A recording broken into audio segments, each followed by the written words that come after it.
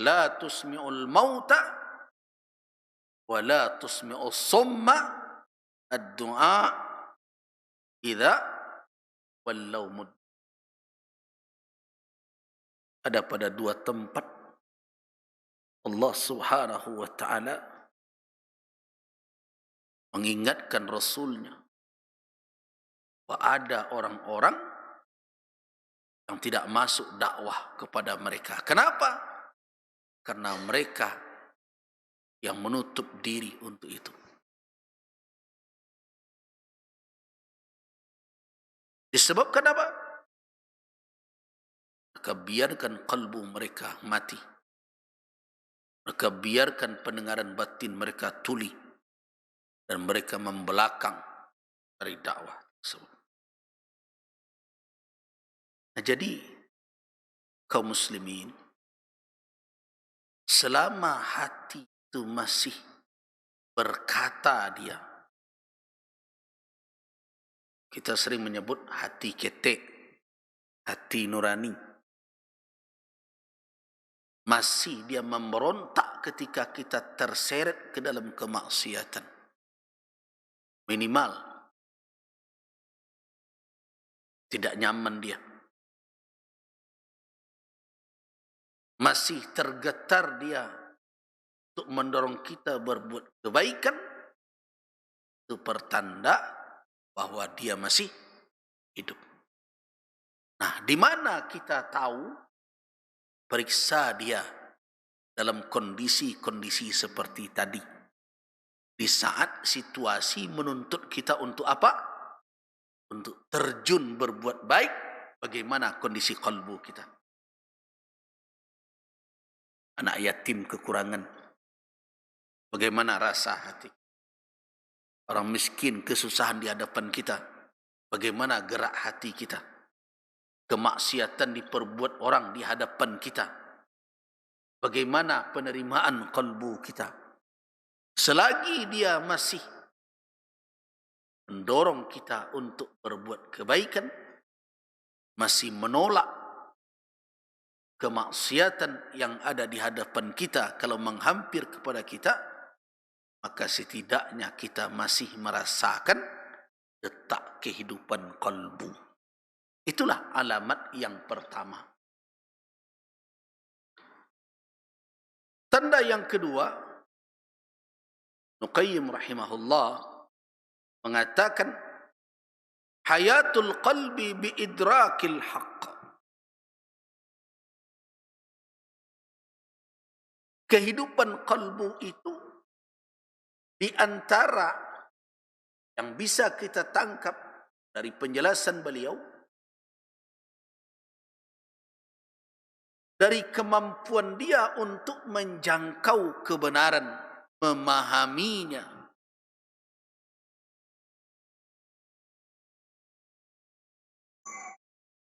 Jadi hati yang hidup, dia punya kemampuan untuk mengenali mana yang hak, mana yang batil.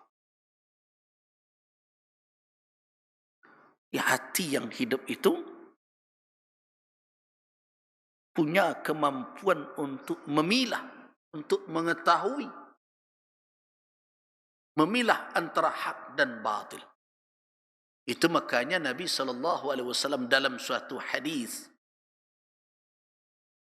mengatakan istafti qalbak wa yaftukan nas. Minta fatwa ke hatimu, bukan ke syahwatmu ya. Orang ini ada yang berkata, ambo bertanya ke hati nurani ambo, tapi nak menjawab sebenarnya hati nuraninya syahwatmu. Jadi berhati-hati. Katanya ini tuntunan hati ambo bana, tapi sebenarnya yang berkuasa pada dirinya apa? Syahwatnya. Kalau orang yang tidak arif, sama saja nanti bisikan hati nurani dengan waswas syaitan. Seperti sama saja dalam pandangan matanya, uang 100.000 hasil jerih payah tetesan keringat dengan uang 100.000 hasil pencurian. Beda tak bentuknya? Tak berbeda. Syahwat. Lepas belanja, sama dapatnya. Syahwat memandang begitu. Nah, mana yang bisa memilah? Ini membawa berkah, ini diredai oleh Allah. Ini mendatangkan amarah Allah Subhanahu wa taala, qalbu. Jadi hati yang hidup itu bisa melakukan idrak, pemahaman, pengetahuan, menjangkau mana yang hak. Dan bisa menyisihkannya dari yang batil. Nah, kenapa? Karena di dalam hati itu ada dua kekuatan. Yang pertama adalah quwwatul ilmi wat tamyiz. Yang kedua adalah quwwatul iradah wal hub. Yang pertama kekuatan ilmu dan kekuatan untuk membedakan, dan yang kedua adalah kekuatan iradah, keinginan dan cinta. Ada dua.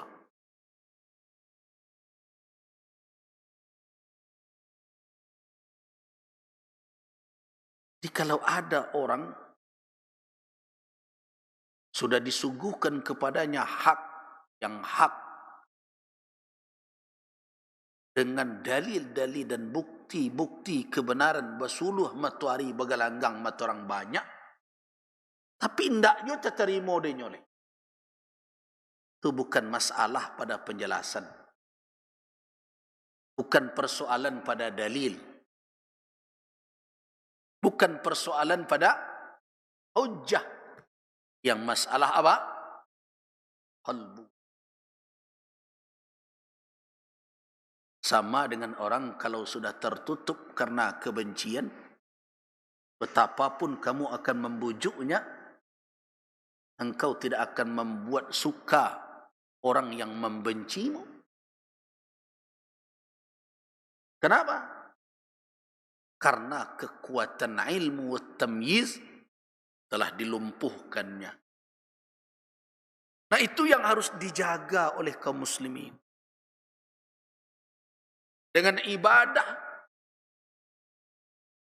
dan menuntut ilmu,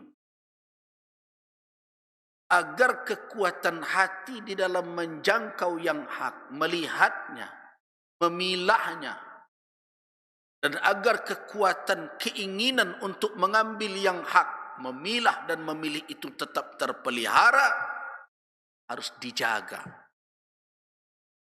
Dengan apa dijaga? Dengan ibadah dan talabul ilm.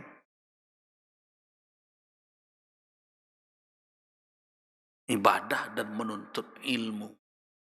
Ilmu dan ibadah. Nah, dengan itulah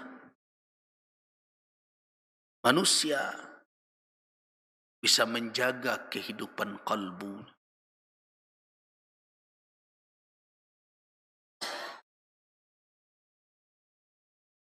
Ibn Qayyim rahimahullah mengatakan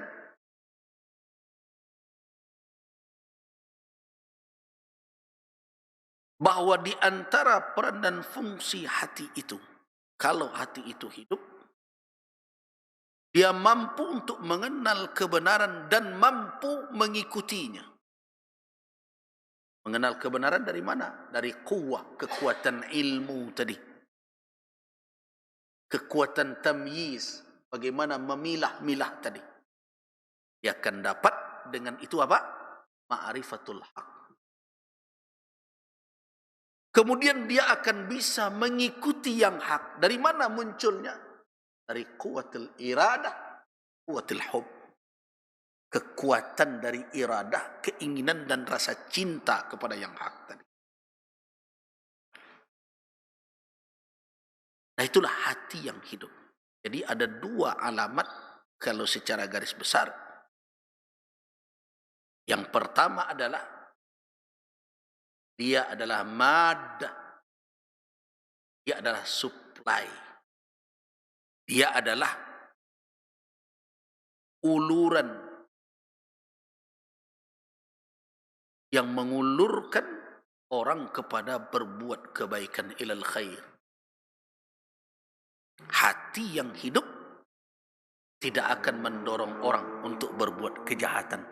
Itu makanya Nabi percaya kalau orang bertanya ke kalbunya, tapi kalbu yang hidup, bukan kalbu yang sakit, apalagi kalbu yang mati.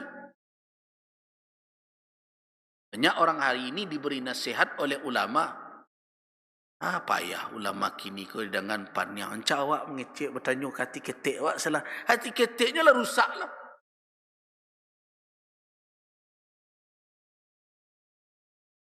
Dia tidak bisa membedakan mana yang suara hati nurani, mana yang suara syahwat. Bahkan orang yang berilmu pun, kalau hilang keikhlasan dalam ilmunya, tergoda dengan popularitas, tergoda dengan bujuk rayu dunia, atau terseret kepada kebanggaan karena disanjung, karena dielu-elukan orang, bisa tumpul itu kemampuan ma'rifah dan tamyiz dia, sehingga tidak lagi bisa memilah mana yang hak dan mana yang batil. Hati-hati. Para da'i, para ulama dengan ilmu mereka yang banyak, tidak usah kepedean.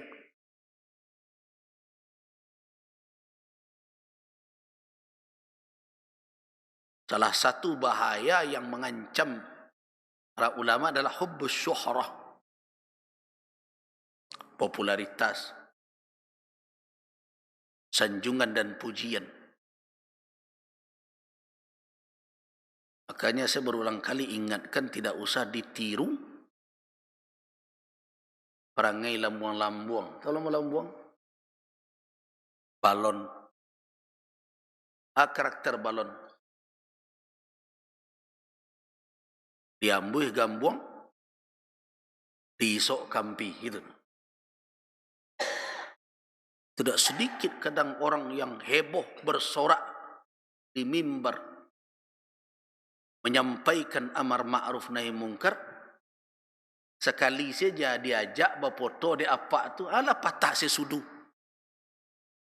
Baru berfoto sebarunya, dipangan foto tu.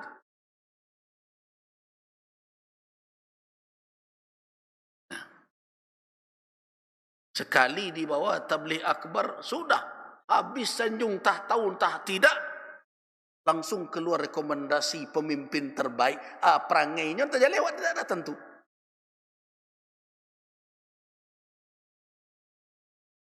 Tumpul akhirnya kemampuan ma'rifah wa tamyiz.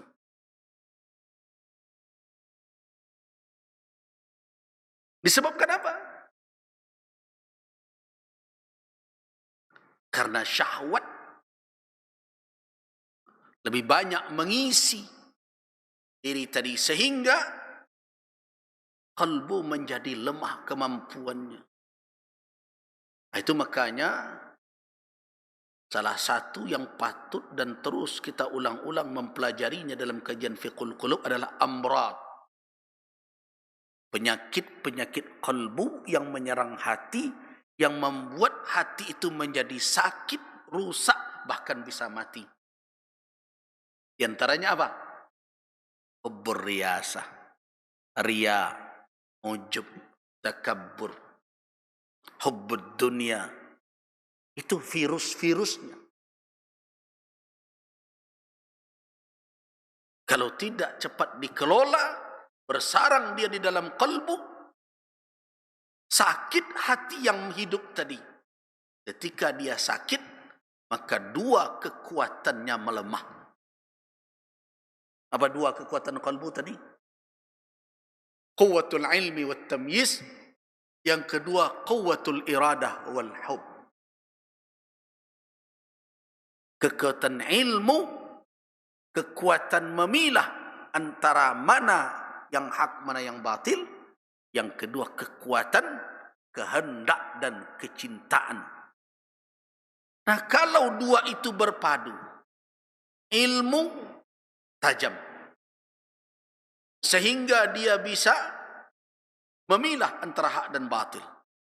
Kemudian muncul iradah yang kuat, kecintaan kepada yang hak. Apa buahnya bagi orang yang memiliki kalbu seperti itu?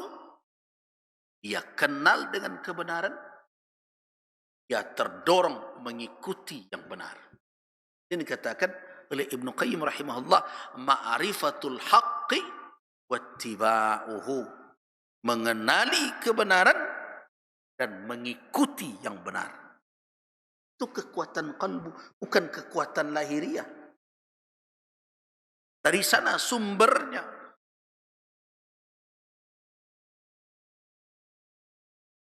Jangan dikatakan bahwa para sahabat Nabi dahulu, orang-orang yang berbadan besar, kekar, tidak sedikit di antara mereka juga secara fisik terlihat orang lemah. Malah ada kakinya yang kecil, yang berjalan pincang, tapi tidak mau surut dari medan perang. Apa yang membuat mereka kuat? Bukan fisik, tapi kalbu mereka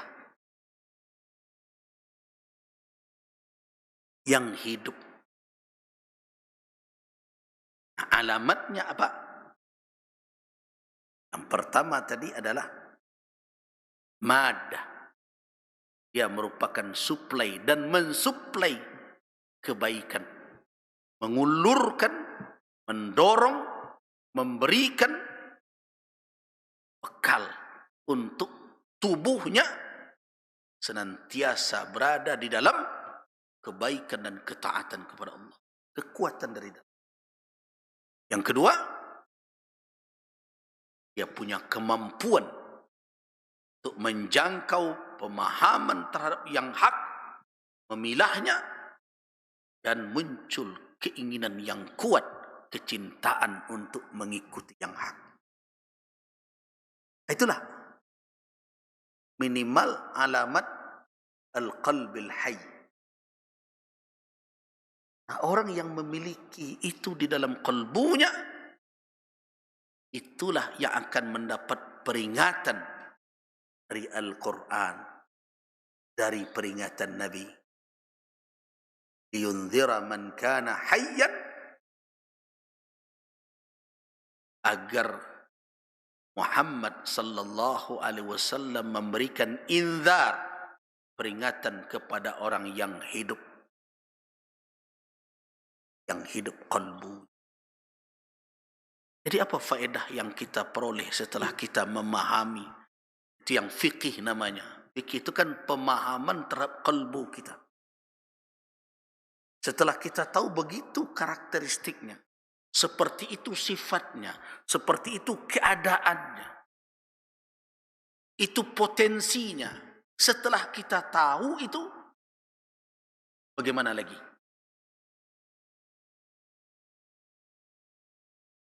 Kita sudah punya fikihnya. Oh begitu ya karakteristik kalbu. Seperti itu ya keadaannya, situasi yang dialaminya. Terus pertanyaan yang mendasar, bagaimana? Apa yang harus kita lakukan lagi? Yang pertama, jaga kehidupannya. Yang pertama, jaga. Yang kedua, terus berikan vitaminnya, proteinnya, ghidha, makanannya. Yang ketiga, jangan lalai dalam mengawasinya. Kenapa? Karena syaitan bisa mencuri kesehatannya dalam waktu yang terkadang cukup cepat tanpa kita sadari. Berikutnya apa lagi? Setelah kita berikhtiar menjaga hidup, mensuplai ghiza, nutrisinya, mengawasinya, dan tentu adalah menjauhkan segala virus yang merusaknya. Itu yang keempat. Setelah empat itu kita lakukan, tinggal yang terakhir. Apa lagi? Bermohon kepada Allah agar senantiasa diteguhkannya di atas yang hak. Ya muqallibal qulub, tsabbit qalbi ala din.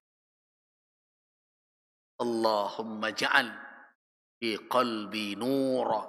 Doa-doa, munajat-munajat itu adalah bahagian dari ikhtiar manusia yang memang menyadari bahwa mereka betapapun berusaha, Allah Subhanahu wa ta'ala yang menentukan segala-galanya. Nah, itu 5 langkah yang perlu kita lakukan setelah kita memahami karakteristik, kondisi dan keadaan qalbu. Saya ulangi, yang pertama tadi, jaga hidupnya senantiasa. Kemudian berikutnya, beri nutrisi, ghiza, zikir, ibadah, iman, ilmu, perbuatan-perbuatan ihsan, tilawatul Quran, i'tikaf. Semua itu merupakan nutrisi qalbu. Yang ketiga, evaluasi dia. Jangan lalai dalam setiap hari itu, senantiasalah bermuhasabah. Karena muhasabah itu tidak menuntut ada acara muhasabah, itu hal lain. Terkadang orang bermuhasabah itu harus didramatisir pula. Tidak. Muhasabah itu pekerjaan yang tidak perlu ada waktu khusus. Tapi ada momen-momen yang patut dia bermuhasabah. Tidak menunggu ada acara, karena memang tidak perlu diacarakan, melainkan dalam rangka ta'lim.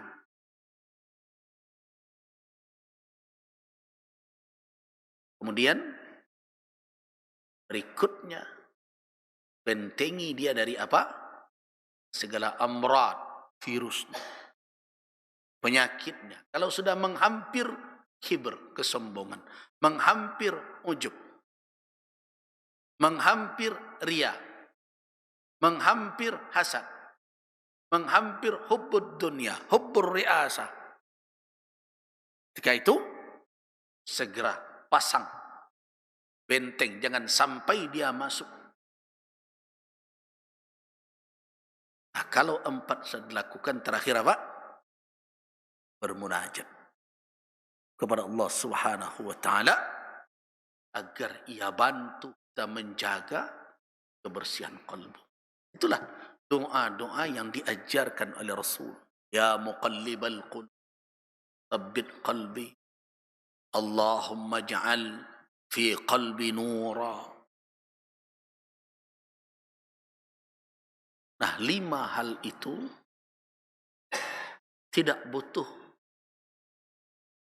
waktu khusus untuk melakukannya, tapi senantiasa berjalan dalam keadaan demikian, kapanpun, manapun. Kapan kita menjaga hati kita? Kapan saja, dimanapun. Ittaqillah haitsu.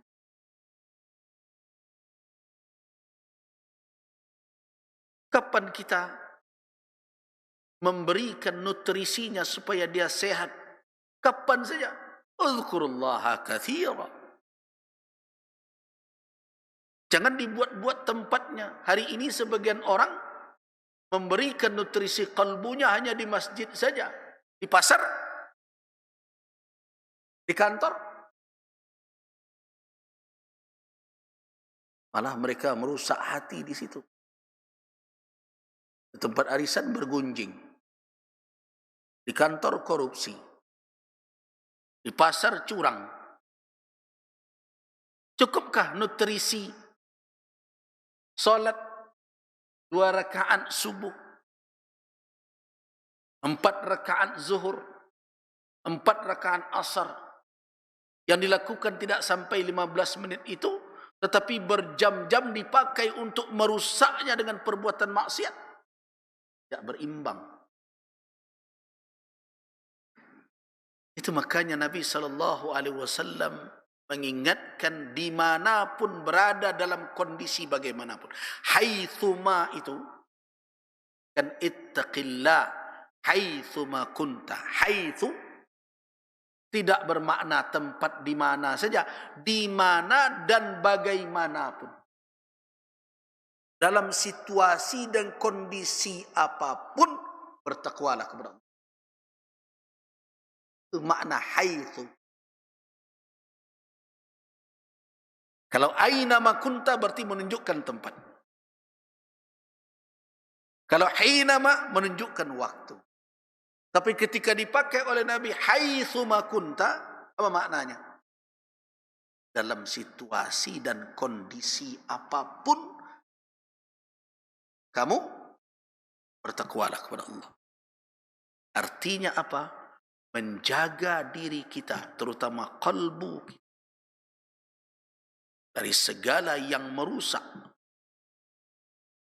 yang membuat virus penyakit kalbu itu masuk, tidak mengenal tempat dan waktu. Kapanpun harus ada terus. Memasang benteng untuk. Karena itu, muhasabahnya tidak bisa diprogram sekali seminggu, sekali 3 bulan, sekali setahun, mau tamat kuliah, mau tamat sekolah. Muhasabah itu adalah suatu kebutuhan tiap saat. Pagi bermuhasabah, siang bermuhasabah, malam bermuhasabah. Bahkan ada sahabat yang merutinkan bermuhasabah tetap setiap sebelum tidur.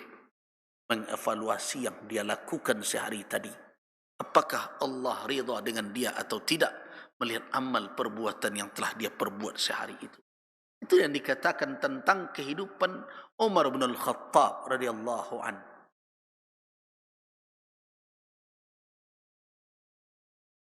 Bapak dan ibu jemaah rahimah, menjaga hati memang bukan perkara ringan. Tidak semudah menjaga fisik kita.